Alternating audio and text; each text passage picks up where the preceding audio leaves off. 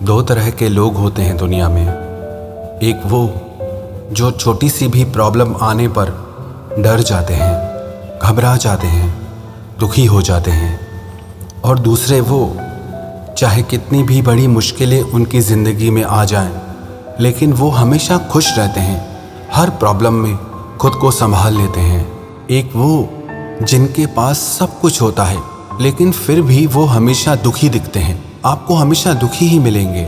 और दूसरे वो जिनके पास कुछ हो चाहे ना हो, लेकिन वो हमेशा आपको खुश मिलते हैं, मुस्कुराते हुए मिलते हैं। आज हम ऐसी 3 कहानियों के बारे में बात करेंगे जो चाहे आपकी ज़िंदगी में 1000 मुश्किलें क्यों ना आ जाए, कितनी भी बड़ी परेशानियां क्यों ना आ जाए, लेकिन ये कहानियां आपको हर मुश्किल में खुश रहना सिखा देंगी, हर परेशानी में मुस्कुराना सिखा देंगी।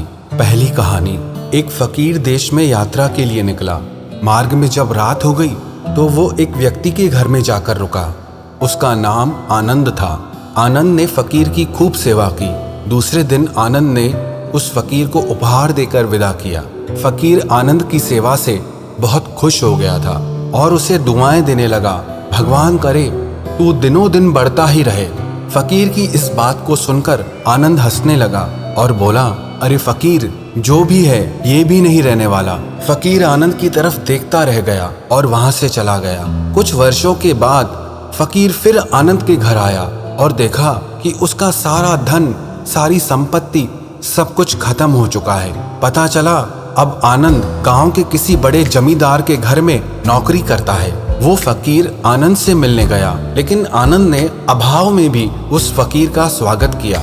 झोपड़ी में फटी चटाई पर उसे बिठाया और खाने के लिए जो उसके पास सूखी रोटी दी वो फकीर को दे दी। दूसरे दिन जाते समय फकीर की आंखों में आंसू थे।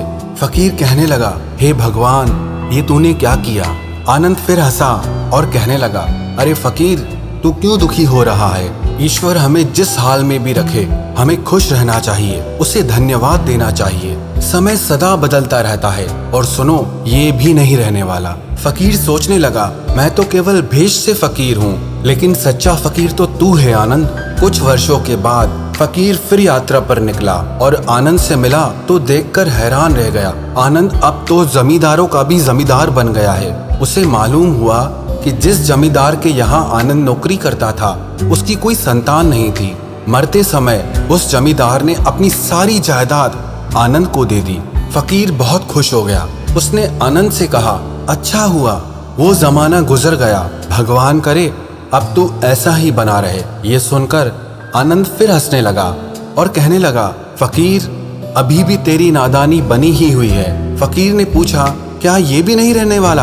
आनंद ने उत्तर दिया, हाँ, या तो ये चला जाएगा या फिर इसको अपना मानने वाला ही चला जाएगा। यहाँ पे कुछ भी हमेशा रहने वाला है ही नहीं। और अगर कोई चीज शाश्वत है तो वो है हमारी आत्मा, वो है हमारे मन की शांति, हमारे मन का सुकून। और बाकी जो भी कुछ है वो हमेशा रह ही नहीं सकता। फकीर ने आनंद की बातों को बहुत ध्यान से सुना और वापस चला गया। कुछ सालों के बाद फकीर जब उसी गांव से गुजरा, आनंद का वो महल तो है लेकिन उसमें आनंद नहीं है। उसमें कबूतर गुटरगू कर रहे हैं क्योंकि आनंद अब इस दुनिया में नहीं था। उसकी मृत्यु हो चुकी थी। कह रहा है आसमां, ये समा कुछ भी नहीं। रो रही है शबनमें, नौरंगे जहां में कुछ भी नहीं। जिनके महलों में हजारों रंग के जलते थे फानूस, झाड़ उनके कब्र पर, बाकी निशान कुछ भी नहीं। वो फकीर मन ही मन सोचने लगा कि ये इंसान जिंदगी भर कितना दौड़ता रहता है, रोता रहता है, दुखी होता रहता है। जिन चीजों के लिए इंसान तड़पता रहता है, दुखी होता रहता है, वास्तव में वो चीजें हमेशा रहने वाली हैं ही नहीं, वो सारी चीजें बदलने वाली हैं। ये कहानी हमें शिक्षा देती है कि हमारी जिंदगी में जब भी कोई मुश्किल आए, कोई तकलीफ आए, कोई दुख आए, तो हमें ये सोचना चाहिए कि जिंदगी में इससे पहले जो मुश्किलें आईं, जो उलझनें आईं, क्या वो रुकी? क्या वो हमेशा रहीं? जैसे आज तक सारी मुश्किलें होकर चली गई, वैसे ही ये मुश्किल भी होकर चली जाएगी। ये भी हमेशा रहने वाली नहीं। तो आपकी जिंदगी में कितना भी बड़ा दुख क्यों ना हो, कितनी भी मुश्किलें क्यों ना हो, आप मन में ये विश्वास रखना, ये मुश्किलें, ये उलझनें हमेशा रहने वाली नहीं। और दूसरी कहानी। एक व्यक्ति मृत्यु के करीब था। मरने वाला था। उसने अपने बेटे को चांदी के सिक्कों से भरा हुआ एक थैला दिया और अपने पुत्र को बताया, जब भी इस थैले से चांदी के सिक्के खत्म हो जाएं, तो जो मैं तुम्हें एक प्रार्थना बताता हूँ उसे दोहराने से चांदी के सिक्के फिर से भरने लग जाएंगे। उसने अपने बेटे के कान में 4 शब्दों की प्रार्थना कही और वो मर गया। अब बेटा चांदी के सिक्कों से भरा थैला पाकर बहुत खुश हो गया, उसे खर्च करने में लग गया। वो थैला इतना बड़ा था कि उसे खर्च करने में कई साल बीत गए, लेकिन इस बीच वो 4 शब्दों की प्रार्थना ही भूल गया। जब थैला खत्म होने को आया तब उसे याद आया, अरे वो 4 शब्दों की प्रार्थना क्या थी। उसने बहुत कोशिश की लेकिन उसे याद ही नहीं आया। अब वो लोगों से पूछने लगा।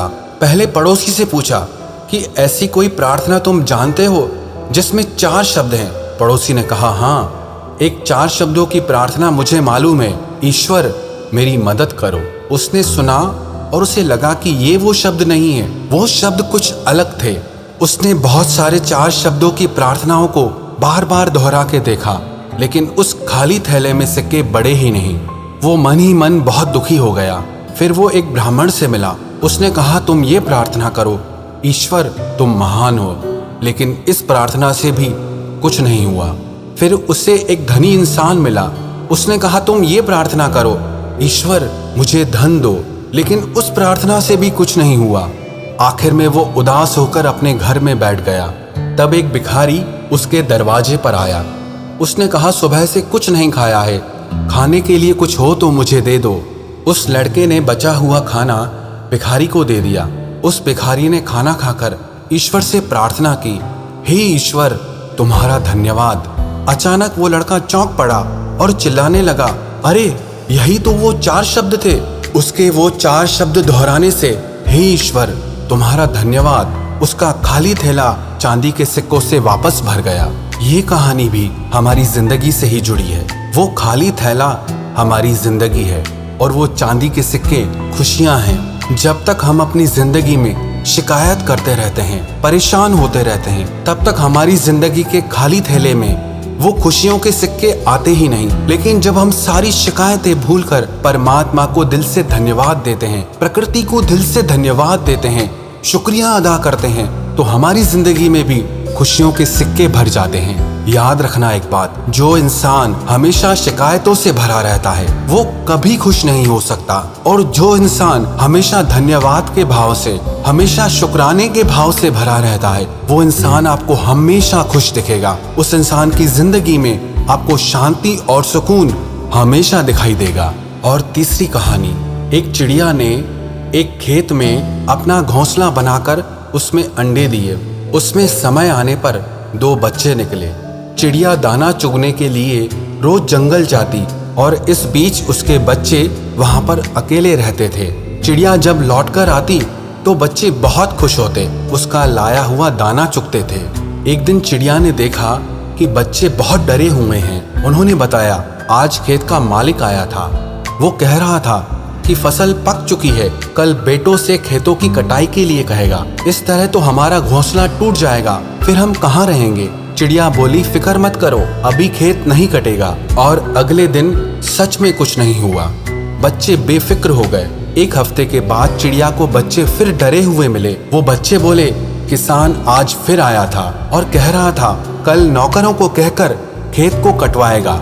इस बार भी चिड़िया ने बच्चों से कहा, तुम चिंता मत करो, कुछ भी नहीं होगा, डरो मत। अगले हफ्ते बच्चों ने बताया कि किसान आज फिर आया था और कह रहा था कि फसल कटाई में बहुत देर हो गई है, कल वो खुद आकर के इस फसल को काटेगा। ये सुनकर चिड़िया बच्चों से बोली, अब खेत कल पक्का कट जाएगा। वो अपने बच्चों को लेकर तुरंत एक सुरक्षित स्थान पर चली गई। बच्चे बहुत हैरान थे और अपनी माँ से पूछने लगे कि तुम्हें कैसे पता कि इस बार खेत सचमुच में कटेगा। तो वो चिड़िया कहने लगी, जब तक कोई इंसान दूसरों पर निर्भर होता है तो उसके काम को संपन्न होने में हमेशा संदेह बना रहता है, लेकिन जब कोई इंसान अपने काम को खुद करने की ठान लेता है तो वो काम जरूर होता है। ये कहानी भी हमें शिक्षा देती है कि जब तक हम दूसरों पर डिपेंड रहते हैं, हमेशा दूसरों के आश्रय पर चलते रहते हैं, दूसरों के भरोसे पर चलते रहते हैं, तब तक हमारे काम ढंग से हो ही नहीं पाते। लेकिन जिस दिन हम अपने सारे काम अपने हाथ में ले लेते हैं, अपने हर काम में हम खुद जुट जाते हैं, तो हमारे वो सारे काम जरूर पूरे होते हैं।